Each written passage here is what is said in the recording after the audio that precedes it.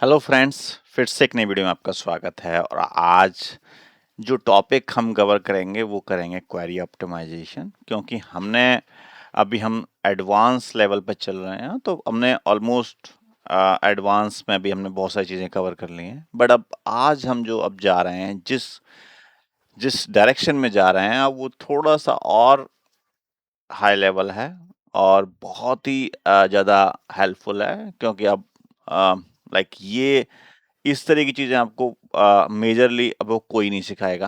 Okay, तो ठीक है, हमने क्वेरी सीख ली है, बट अब हम सीखेंगे क्वेरी को ऑप्टिमाइज करना। तो आज डे 1, तो करते हैं शुरुआत कि हमने क्वेरी तो लिख देते हैं, पर क्वेरी लिखने में फिर ऑप्टिमाइजेशन ये क्या मतलब है? देखो, क्वेरी लिखना आप सही है, आप कोई भी क्वेरी लिख सकते हो, बट क्वेरी लिखने के बाद वो सर्वर के ऊपर एकदम सही चले। सही चलने का मतलब ज़्यादा मेमोरी ना ले, ठीक है? और ज़्यादा टाइम ना ले। ये कई सारी चीज़ों का ध्यान रखा जाता है, रिसोर्स ज़्यादा ऑक्यूपाई ना करे। तो जो भी आप क्वेरी लिख रहे हैं वो कॉस्ट ऑप्टिमाइज होनी चाहिए। ओके, तो लेट्स मूव। ओके, तो मैं जब कह रहा हूँ कि कॉस्ट ऑप्टिमाइज होनी चाहिए, तो ये क्या होता है, डायरेक्टली हिट करती है कॉस्ट को। कॉस्ट मतलब जब भी आप रन कर रहे हो सर्वर पे, तो सर्वर पे क्या हो जाएगा, एक्स लाइक केवल आप ही कोई रन नहीं कर रहे हो, कई और यूजर जो आपके साथ बैठे हैं, आपके कलीग्स बैठे हैं, वो भी रन कर रहे हैं उसी सर्वर पे क्वेरी। तब क्या होगा कि जब आप क्वेरी फायर कर रहे हैं, वो भी क्वेरी फायर कर रहा है, तो सर्वर के ऊपर क्या होगा, बहुत ही ज्यादा लाइक रस हो जाएगा, डेटा ज़्यादा होगा। तो उसकी वजह से क्या होगा, सर्वर डाउन हो जाएगा। तो उस चीज़ का भी हमें ध्यान रखना होता है। जब भी हम क्वेरी लिखते हैं तो क्वेरी ऑप्टिमाइज्ड होनी चाहिए, ताकि सर्वर के ऊपर ज़्यादा स्पेस ना ले। तो ठीक है, चलते हैं।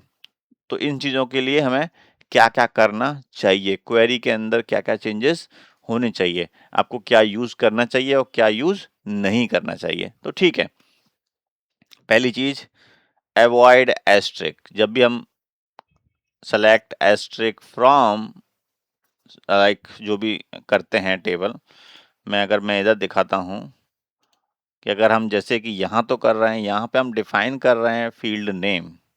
ओके, अगर आप क्वेरी को डायरेक्टली सेलेक्ट एस्ट्रिक लिख रहे हैं और उसे रन कर रहे हैं, तो इट इज टेकिंग, मतलब अभी फिलहाल इतना स्पेस और टाइम नहीं लिया है। ओके, मैं आपको इसे दिखाऊंगा अभी कि कैसे। ओके, जब आप जॉइंस यूज करते हैं, आपने जॉइन यूज करा, जैसे कि मैंने इस टेबल में यूज किया है। अगर आप देखेंगे कि मैंने यहाँ पे जॉइन यूज किया है और मैंने अगर इधर फील्ड डिफाइन करे हुए हैं, अगर फील्ड की जगह मैं एस्ट्रिक लगा दूंगा, तो ये रन क्वेरी करेगी, क्वेरी रन होगी।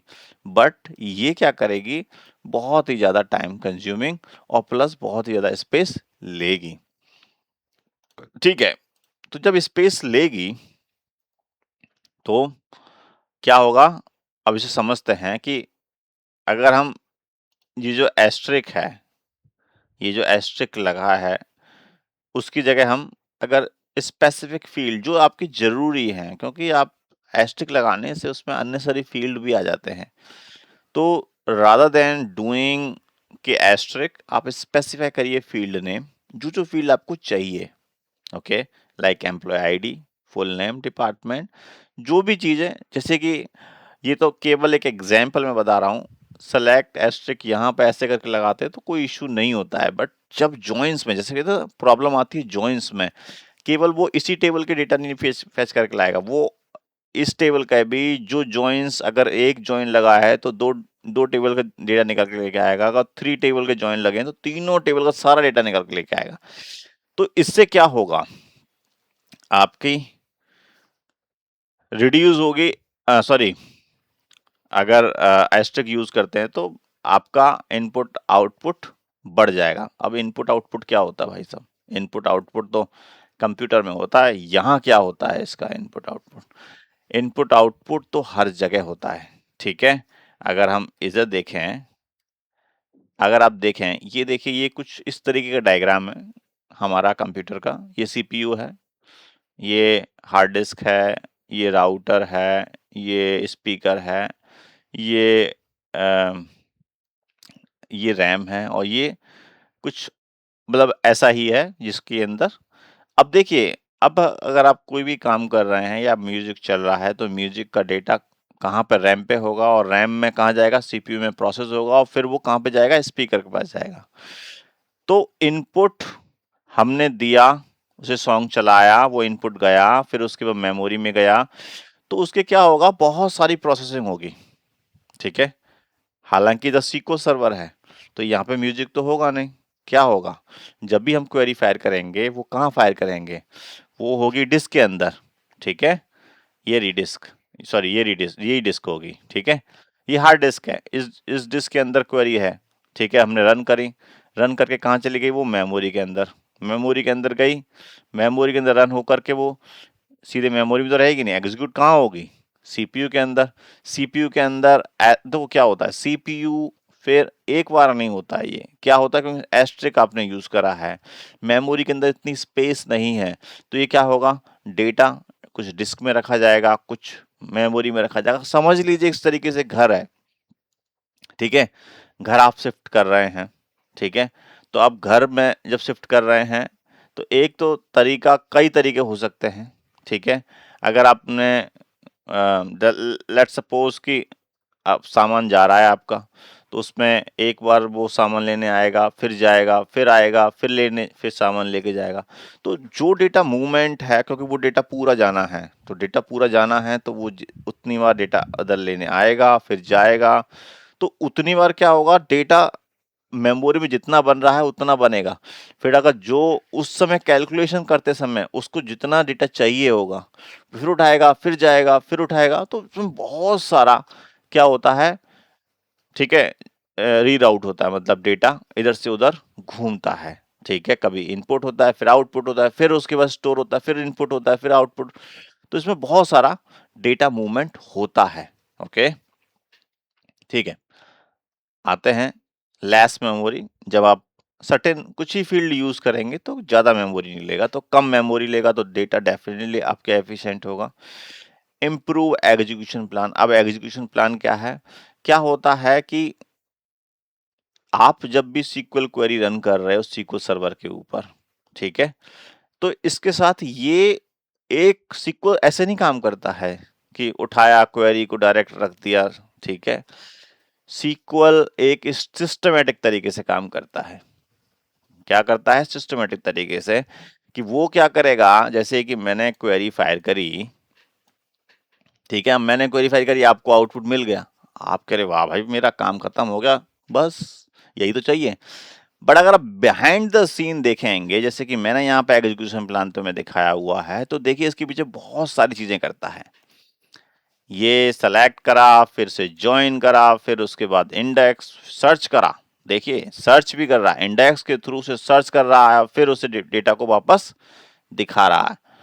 तो आप समझ रहे हैं कि केवल और केवल आप क्वेरी लिख रहे हैं और वो रन हो रहा है, ऐसा नहीं, उसके पीछे वो बिहाइंड द सीन बहुत सारी चीजें कर रहा है। तो वो क्या, ये क्या है, एग्जीक्यूशन प्लान, उसका प्लान कि वो किस तरीके से एग्जीक्यूट करेगा, इसको हम बहुत अच्छी तरीके से समझेंगे, क्योंकि ये बहुत ही इम्पोर्टेंट है, और फ्रॉम दी दी लाइक हर तरीके से इम्पोर्टेंट है आपके काम में। जब भी आप राइट करेंगे क्वेरी, तो कैसे एफिशिएंट बनाएं, किस तरीके से ऐसा लिखें कि कंप्यूटर उस लाइक ये जो SQL सर्वर है उसे इस तरीके से जल्दी से जल्दी डेटा दे, ठीक है, और कम स्पेस ले, ठीक है। तो आप समझ गए होंगे, query like improve execution plan, आपका जो एग्जीक्यूशन प्लान है वो इम्प्रूव होगा, ठीक है। ये आपको एग्जीक्यूशन प्लान है, जिस तरीके मैंने अभी दिखाया उसी तरीके से दिख रहा है, तो ठीक है। पहली चीज क्लियर कि आप सेलेक्ट एस्ट्रिक की जगह आप स्पेसिफिक फील्ड के नाम देंगे जो भी आपको जरूरत है, ना कि पूरा डेटा, पहली चीज, ठीक है। दूसरी चीज, प्रॉपर इंडेक्सिंग होनी चाहिए, ठीक है। ऐसा नहीं है कि भाई साहब आपने पूरा डेटा लिखा, मतलब अभी तो जैसे कि कुछ भी है, अभी जैसे कि ये टेबल है, इसे मैंने रन कर दिया, इसमें कितनी रोज हैं, 60,000 रोज है, कोई टेंशन नहीं है, ज्यादा डेटा नहीं है, आप जब काम करोगे आपके पास होंगे millions of rose, billions of रोज, और वहां पे आपने अगर मैंने जिस तरीके से सिंपल क्वेरी लगाता हूं मैं, where delivery delivery status equals to लिखता हूं डिलीवर्ड, सिंपल लिखता हूं और रन कर देता हूं, कितना टाइम लिया? मुश्किल से अप्रोक्सीमेटली 1 सेकंड के अंदर नहीं लिया। बट अगर यही क्वेरी मिलियंस और बिलियंस ऑफ रो पे चलेगा ना, ओ माय गॉड, और अगर इंडेक्स नहीं हुआ, अगर इंडेक्स नहीं हुआ तो ये आपका 10 मिनट से पहले खत्म नहीं होगी, ये क्वेरी 10 मिनट से पहले खत्म नहीं होगी। और आप देख रहे हैं कॉस्ट कितनी लेगा।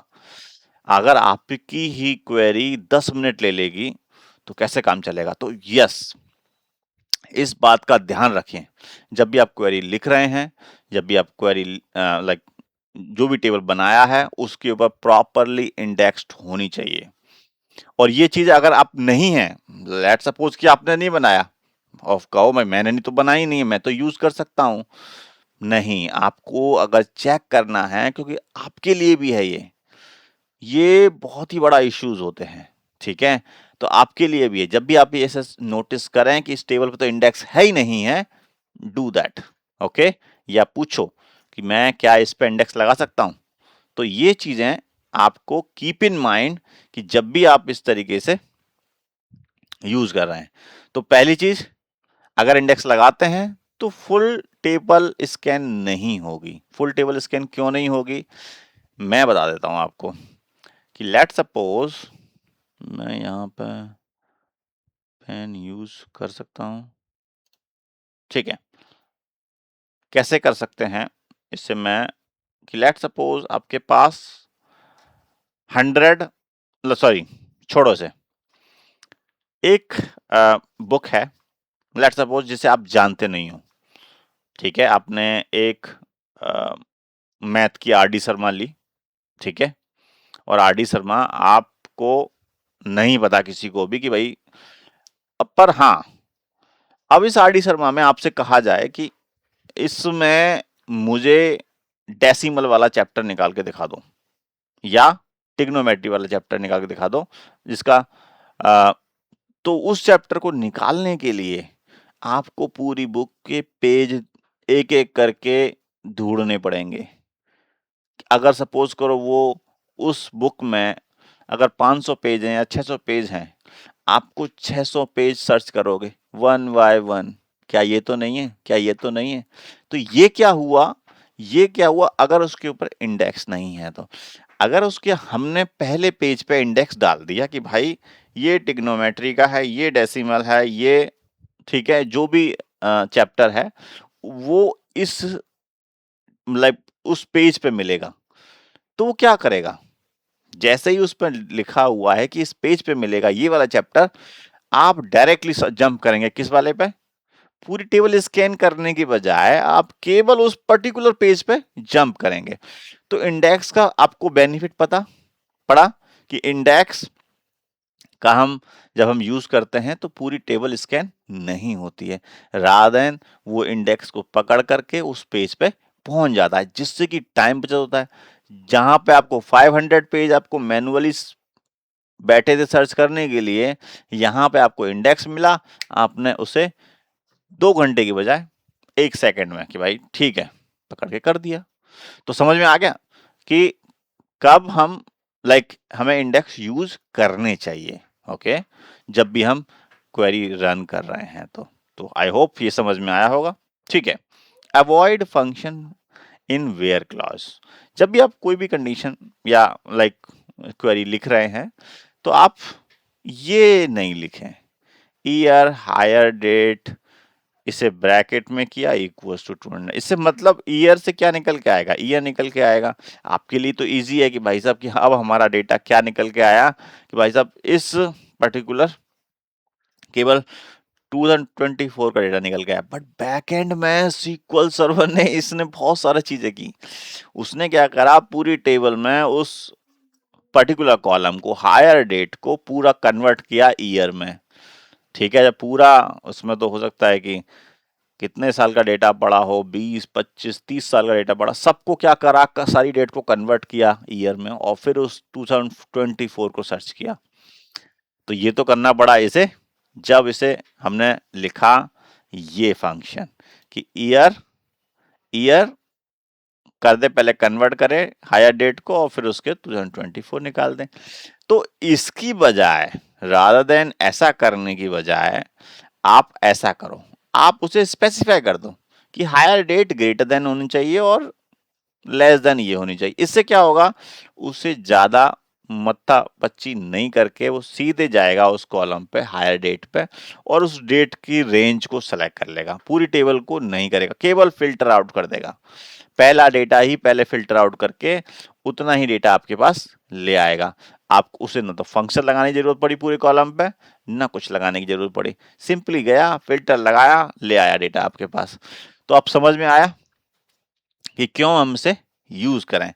अच्छा, function prevent usage like index usage, क्योंकि क्या होता है कि ये ऐसा क्यों, क्योंकि अगर अभी तो आप, अगर आपने इंडेक्स लगाया होगा तो काम करेगा, बट यहाँ पे इंडेक्स काम नहीं करेगा, क्योंकि ये तो पूरी लाइक कॉलम पे ही चल रहा है। जब ये पूरे कॉलम पे चल रहा है तो फिर तो मतलब इंडेक्स को भूल जाएगा, और जब भूल जाएगा तो टाइम टेकिंग लेगा। लेट्स सपोज कि मेरे वाले केस में भाई साहब करीबन 700 मिलियन रोज थी जब मैंने काम किया, और वो अगर एक सपोज करो को कुछ भी आपको डेटा लिख, कुछ भी क्वेरी फायर करी जो कि इंडेक्स से अलग है, ओ माय गॉड, रुला दिया करता था। ठीक है, तो ऐसे डेटा को हैंडल करने के लिए आपको कुछ प्रिकॉशंस लेने पड़ेंगे आपको, क्योंकि डेटा तो ह्यूज है, बट उसे कैसे प्ले करना है उसके लिए आपको थोड़ा सा नॉलेज होना जरूरी है।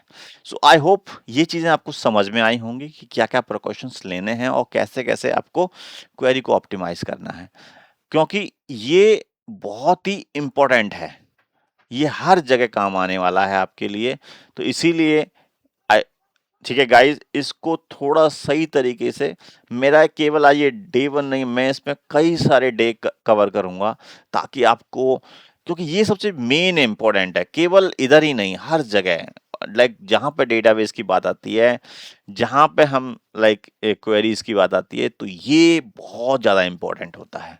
सो गाइस, बने रहिए, मैं आपको फुल टू क्वेरी को कैसे ऑप्टिमाइज करते हैं, किस तरीके बेहतर यूज करेंगे, तो कैसे बेहतरीन तरीके से लिखना है, और मैं इसके आपको डिटेल सभी वीडियो बैक टू बैक मिलेंगे आपको।